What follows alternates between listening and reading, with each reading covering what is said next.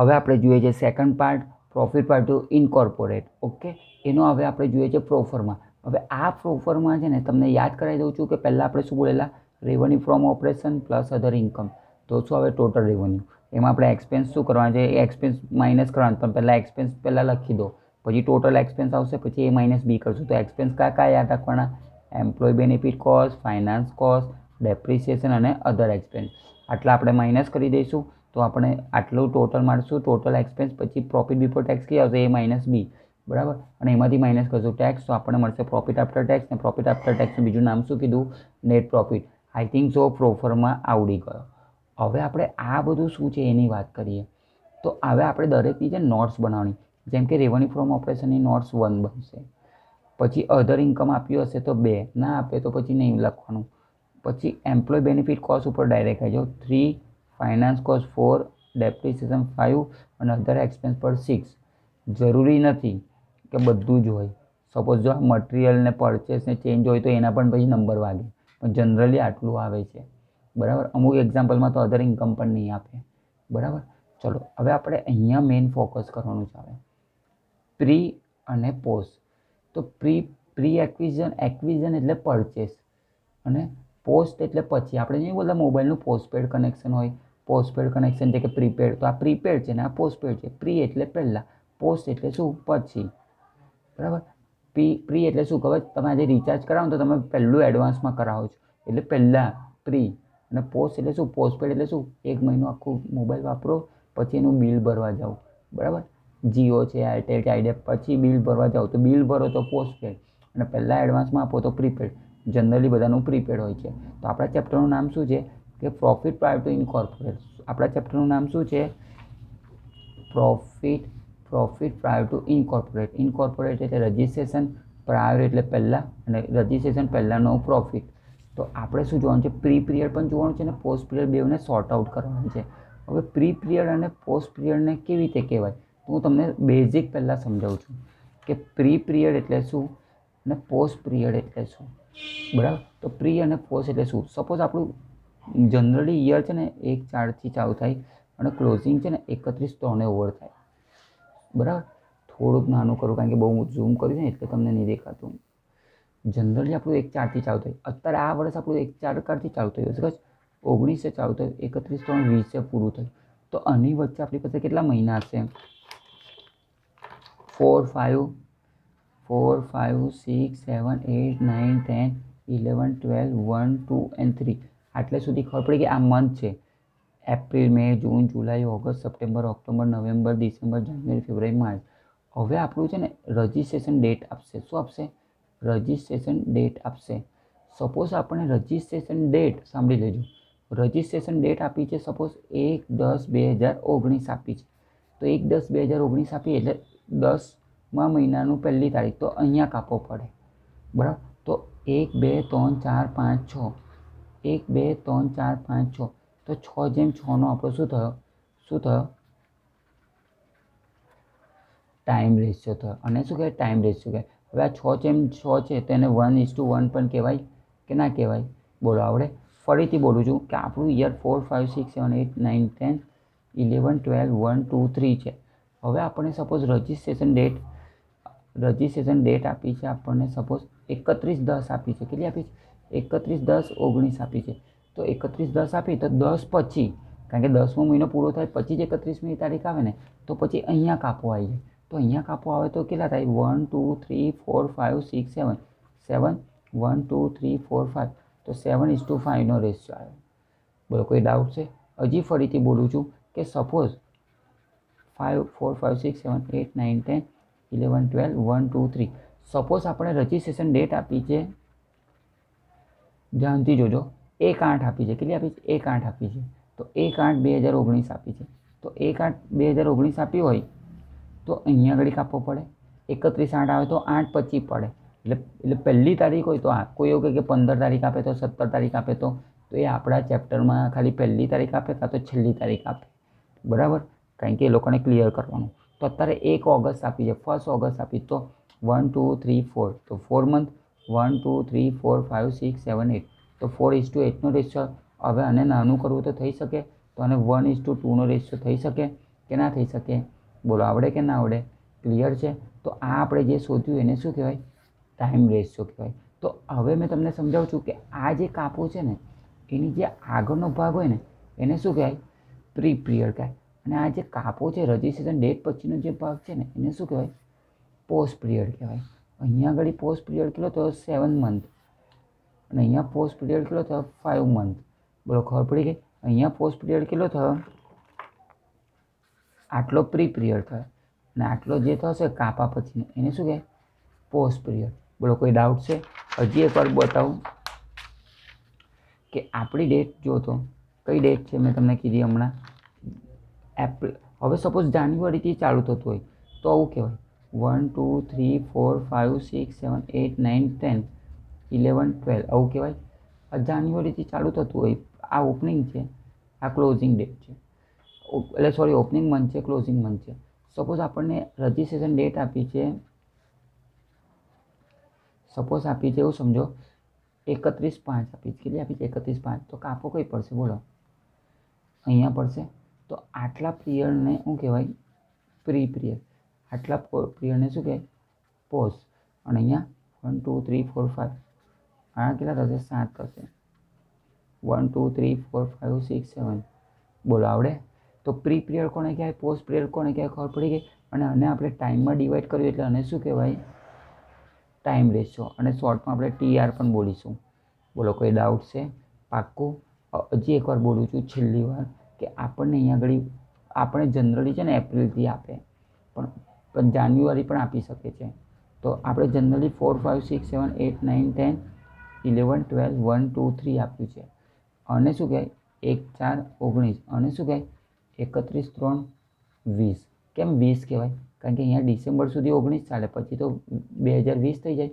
હવે આપણને registration date ધ્યાનથી જોજો 31/12/2019 આપી છે. તો બોલો તો અહીંયા કાપો પડી જાય. તો આટલો બધો પિરિયડ શું કહેવાય? પ્રી. અને આટલો પિરિયડ શું કહેવાય? પોસ્ટ. 1 2 3 4 5 6 7 8 9 1 2 3 9:3 રેશિયો આવે. તો 9:3 એટલે આવું કહેવાય? 3:1 કહેવાય. આનો ઓછું કરીએ તો બોલો આવડે? તો હવે મને નહીં લાગતું કે તમને ટાઈમ રેશિયોમાં કોઈ પ્રોબ્લેમ થાય. આવડશે time ratio? I think so time ratio તમને આવડી ગયો. હવે આપણે ટાઈમ રેશિયો કેમ શોધીએ છીએ ને એ તમને સમજાવું. બરાબર? હવે તમને ટાઈમ રેશિયો આપણે ટોટલ કેટલા રેશિયો ભણવાના છે? તો આપણે ટોટલ સેલ્સ રેશિયો ભણવાનું છે, પછી ટાઈમ રેશિયો ભણવાનું છે, પછી એકચ્યુઅલ રેશિયો, પછી એક પરચેસ રેશિયો રેડ કેસે આવે એટલે હું નહીં લખતો, પછી છેલ્લું લખું છું પોસ્ટ. બરાબર? આટલું યાદ રાખજો. આટલું તમારી માટે બહુ ઇમ્પોર્ટન્ટ છે. ટાઈમ રેશિયોમાં આ એવું કહે છે કે એવી ઇન્કમ અને એવા એક્સપેન્સ જે ટાઈમ પ્રમાણે થતા હોય એને ટાઈમ રેશિયોમાં ડિવાઈડ કરો.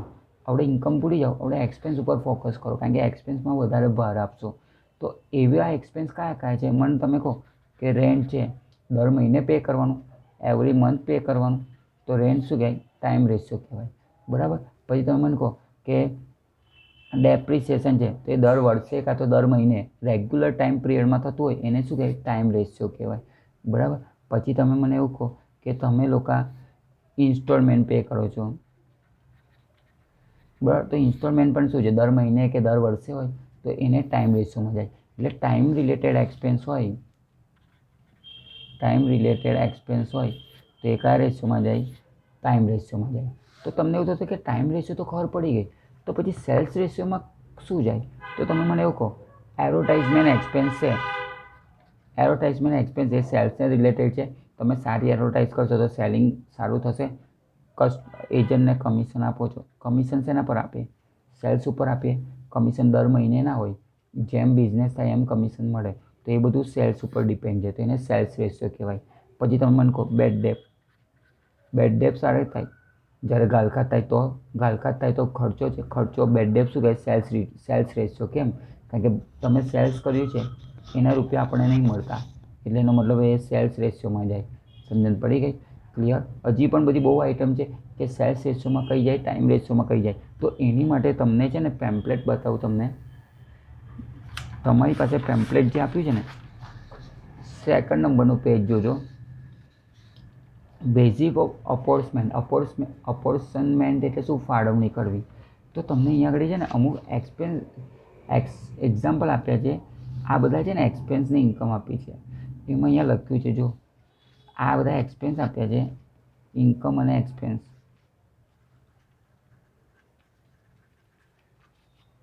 એને આપણે અહીંયા રેશિયોમાં લખ્યું. ચલો હવે એવું કહે છે, હંમેશા યાદ રાખજો, આ યાદ રાખવાનું છે MCQ માટે. હું તમને ઉચ્ચક કહું છું. આ પહેલાં ઇઝી બતાવું, પછી અઘરું બતાવીશ, બરાબર? આ શું લખ્યું છે? ઝૂમ કરું તો વધારે સારું રહેશે. તમે મને એવું કહો, આ શું લખ્યું છે? વાંચો. આવું લખ્યું છે એડવર્ટાઇઝમેન્ટ. તો એડવર્ટાઇઝમેન્ટ માટે કયો જાય? સેલ્સ રેશિયો જાય. આવું છે સેલ્સ પ્રમોશન એક્સપેન્સ. તો કયો જાય? Sales ratio. ટૂંકમાં સેલ્સ રિલેટેડ જે પણ હશે એ કયા રેશિયોમાં જશે? સેલ્સ રેશિયોમાં જશે, બરાબર? હવે ડિલિવરી આપ્યું છે, ડિસ્ટ્રીબ્યુશન છે. તમે પિઝા ડિસ્ટ્રીબ્યુશન થાય, ઘરે ડિલિવરી આપે, તો એને પણ શું કહે? સેલ્સ રેશિયો થાય. પેકિંગ કરો તો પેકિંગ શેની માટે કરો? દર મહિને નહીં કરતા, દરરોજ કરીએ છીએ. સેલ્સ માટે કરો છો. સારું પેકિંગ હશે, સારા પૈસા મળશે, તો સેલ્સ રેશિયો કહેવાય, બરાબર? પછી બ્રોકરેજ છે. બ્રોકરેજ એટલે કમિશન. તો કમિશન પણ શેમાં જાય? સેલ્સ રેશિયોમાં જાય. હવે આટલા બધા જ નામ તમારે યાદ રાખવાના છે, પણ એમાં હું IMP ટીક કરાવી દઈશ. પણ જસ્ટ કહી દઉં છું કે IMP કયા કયા થશે એની માટે. તો જુઓ, જેમ કે કમિશન તો ખબર પડી જાય છે એટલે વાંધો નહીં આવે. કેરેજ આઉટવર્ડ આવે ને એટલે તો એ સેલ્સ રેશિયોમાં જાય. મેં જે ટીક કરું ને એ IMP છે. ડિસ્કાઉન્ટ તો શું છે? આપણે વેચીએ તો ડિસ્કાઉન્ટ આવે, તો ડિસ્કાઉન્ટ અલાઉ હોય ને તો સેલ્સ રેશિયો કહેવાય. ડિસ્કાઉન્ટ રિસીવ્ડ સેલ્સ રેશિયોમાં ના જાય, અલાઉ હોવું જોઈએ. પછી એડવર્ટાઇઝમેન્ટ તો ખબર પડી જાય કે સેલ્સ રિલેટેડ. સેલ્સ શબ્દ દેખાય તો બી ખબર છે કે સેલ્સ રેશિયોમાં જાય. પછી પેકિંગ ખબર પડી જાય, ડિલિવરી ખબર પડી જાય, બ્રોકરેજ ટીક કરું છું, તમારી માટે નવો શબ્દ છે. પછી વેરિયેબલ એક્સપેન્સ ટીક કરું છું. વેરિયેબલ એટલે સેલ્સ પ્રમાણે ચેન્જ થયા કરે, બરાબર? પછી વેર હાઉસીસ એટલે ગોડાઉન એક્સપેન્સ, એ બી ટીક કરું છું. Most important export duty. Export duty એટલે શું? કોઈ પણ વસ્તુ વેચીએ તો આપણે એના પર ડ્યુટી આપીશું, બરાબર? ડિસ્પ્લે એટલે શું? કે શોરૂમમાં મોડલ તરીકે ડિસ્પ્લે મૂક્યું હોય તો એ વેચવા માટે જ હોય, એ દર મહિને ના મૂકતા હોય, એટલે એને સેલ્સ રેશિયોમાં જાય. ડેમોન્સ્ટ્રેશન એટલે શું? તમને લાઈવ ડેમો આપે તો એ બી આપણે સેલ્સ રેશિયોમાં જ જાય. એક્ઝિબિશન એટલે શું? કશાનો ફનફેર હોય તો એ બી સેલ્સ માટે હોય. અને શોરૂમ એક્સપેન્સ યાદ રાખજો. તો આટલા મોસ્ટ ઇમ્પોર્ટન્ટ છે. આ બધા શેમાં જાય? સેલ્સ રેશિયોમાં જાય. બોલો, ખબર પડી ગઈ? ક્લિયર? કોઈ ડાઉટ છે? તો આ જે મેં ટીક કરે ને મોસ્ટ ઇમ્પોર્ટન્ટ ફોર MCQ. બાકી બધા તો વાંચવા તો પડશે જ. જરૂરી નથી કે એ લોકો આ ના પૂછી શકે, કંઈ પણ પૂછી શકે. તો આ બધા જનરલી કેવા છે? સેલ્સ એક્સપેન્સ છે. તો સેલ્સ એક્સપેન્સ હશે તો બધા શેમાં જશે? સેલ્સ રેશિયોમાં જશે, બરાબર? આ બધા છે ને સેલિંગ એક્સપેન્સ હતા. હવે ઇન્કમની વાત કરીએ. યાદ રાખજો, ગોખી કાઢજો. ગ્રોસ પ્રોફિટ હોય કે ગ્રોસ લોસ હોય, તો ગ્રોસ પ્રોફિટ હંમેશા શેના પર થાય? પ્રોફિટ એના પર થાય. પ્રોફિટ હંમેશા સેલ્સ ઉપર જ હોય, તો એ હંમેશા શેમાં જાય? સેલ્સ રેશિયોમાં જ જાય, બરાબર? ક્લિયર? તો ગ્રોસ પ્રોફિટ ક્યાં જશે? સેલ્સ રેશિયોમાં જશે. યાદ રહી જશે. હવે આપણે અહીંયા આગળ ટાઈમ રેશિયોની વાત કરીએ. હવે શેની વાત કરીએ? Time ratio. તો ટાઈમ રેશિયો તો મેં તમને શું કીધું? સેલેરી છે, દર મહિને થાય સેલ્સ. અહીંયા એવું લખ્યું સેલેરી ટુ સેલ્સમેન, તો સેલ્સમેન ઇમ્પોર્ટન્ટ નથી, સેલેરી છે. કમિશન ટુ સેલ્સમેન હોય ને તો સેલ્સ રેશિયોમાં જાય.